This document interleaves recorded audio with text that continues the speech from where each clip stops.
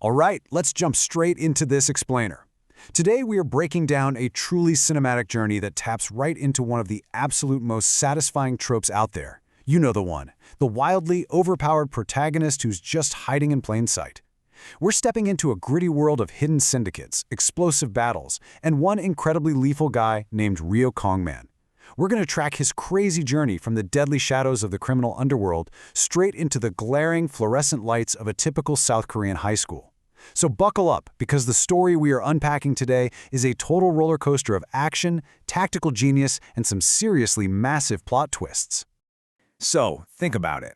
What exactly happens when a legendary underworld assassin is forced to survive high school? Well, on his very first day, Kongman walks in looking like your completely average, boring transfer student. But he instantly asserts dominance. How does he pull it off?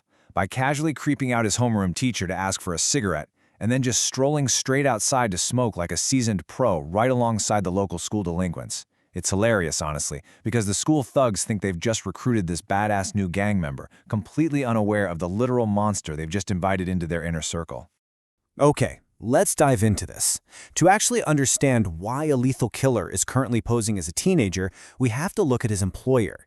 Kangman is basically an unstoppable killing machine working for the Bathala Group, which is this massive criminal organization backed by a luxury hotel casino.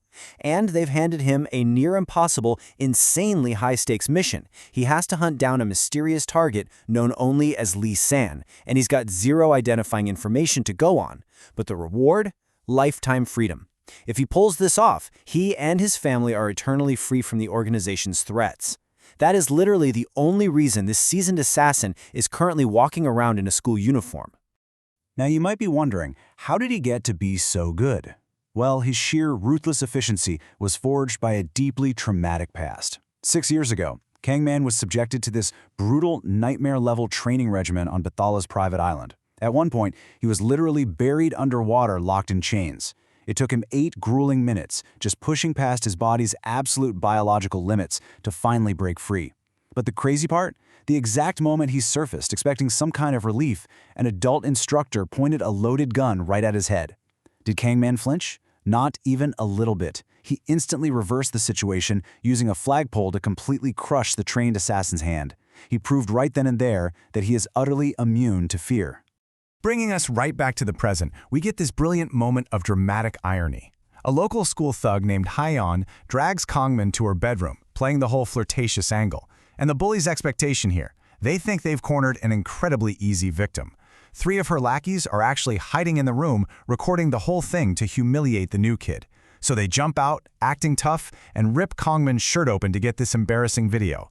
But instead of some scared, scrawny kid, they uncover a terrifying reality. Kongman is just ripped to the gills and covered in endless, horrific battle scars. The bullies' jaws literally hit the floor as they realize they just tried to prank a certified killing machine. And, as you'd expect, Kangman absolutely does not let that slide.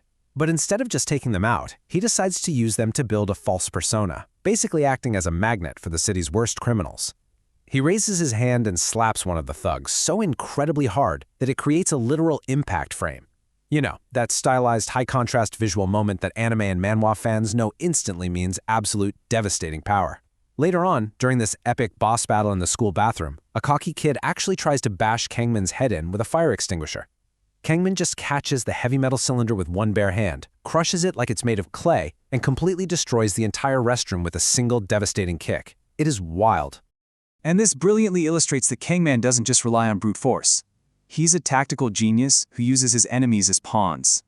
To draw out his next mysterious target, he executes this flawless 3-step plan. Step 1. He completely subdues those bullies, just breaking them mentally. Step 2.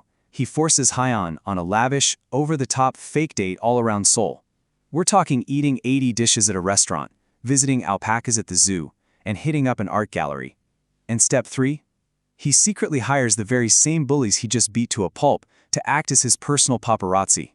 He orders them to stalk the date and leak all these romantic photos of him and Hyeon all over social media. He is totally using her as bait.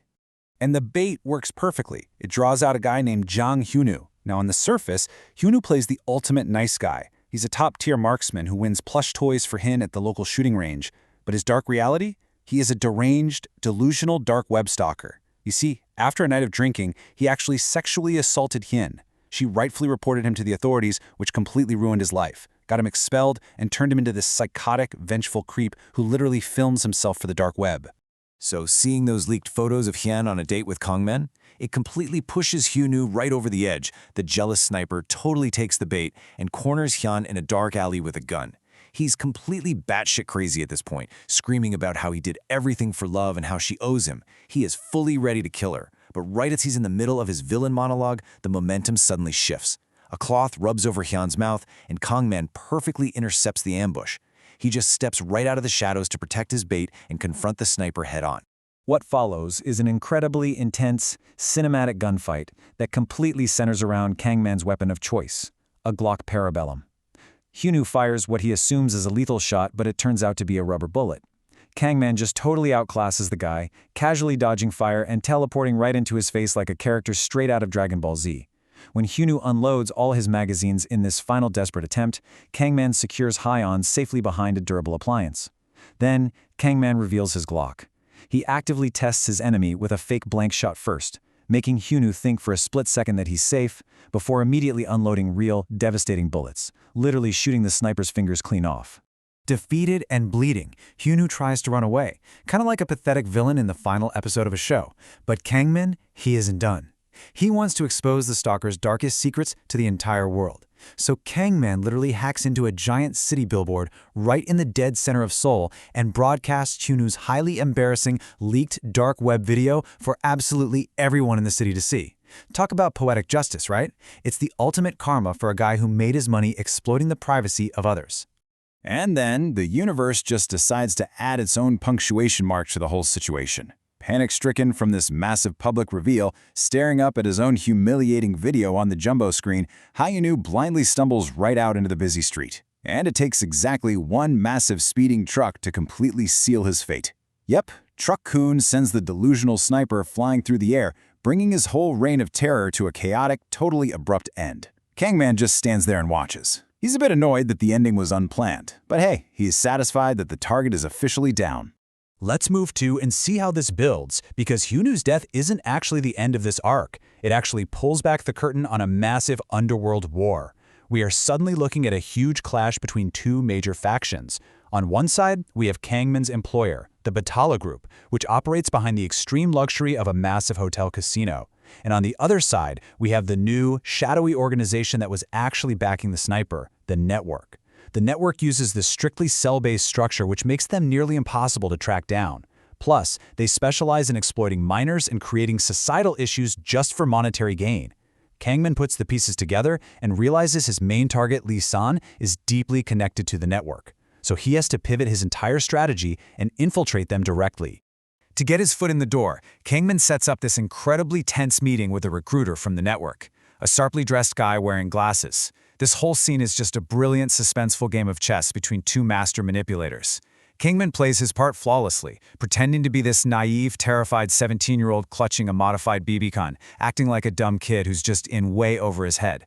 But the glasses-wearing recruiter, he is actually a seasoned contract killer himself, and he immediately notices the lingering smell of real gunpowder on what's supposedly just a toy gun. They are both sitting there, quietly trying to figure out exactly who they are dealing with. Meanwhile, we get a massive, really dark plot twist. Remember Hyunwoo? He actually survived the truck impact. He wakes up in a hospital bed, fully covered in casts and cuffed to the rails, still whining about how he's the real victim here. But his relief is super short-lived. A doctor walks in, openly mocking his survival. But here's the catch. This isn't a real doctor. It's an assassin from the Network, sent there to tie up their loose ends. He casually injects Hyunwoo with a terrifying unknown drug that literally forces the blood to flow backward from every single orifice of his body. It results in a horrifying, brutal assassination totally disguised as medical malpractice. Because as we learn, the Network leaves absolutely zero traces. Back to Kangman, his infiltration seems to be going pretty flawlessly. He gets picked up in this ultra-luxurious Rolls-Royce by a Network escort ready to be taken to his new boss. To keep his cover going strong, Kangman acts like a goofy teenager, literally hanging out the window and spewing out all these random car engine facts. But the escort is completely unfazed. Looking directly at him, the escort just casually drops Kangman's deeply secret assassin codename. He calls him the Ace of Spades of Bathala. So the crucial point is, this heart-stopping cliffhanger completely proves that the network knew exactly who he was the entire time. His cover is blown. It's completely gone. Which brings us to the ultimate question, right? In a world of master assassins and deeply secret networks, who is truly the hunter and who is actually the prey? Kanglan fully thought he was infiltrating their ranks, but in reality, they were just luring him in. So, how on earth will our overpowered protagonist survive now that he is walking straight into the lion's den with absolutely zero disguise? That is the incredible high-stakes setup of this story. Thank you so much for joining me for this explainer, and I really hope this breakdown leaves you super eager to dive in and see exactly what Kangman does next.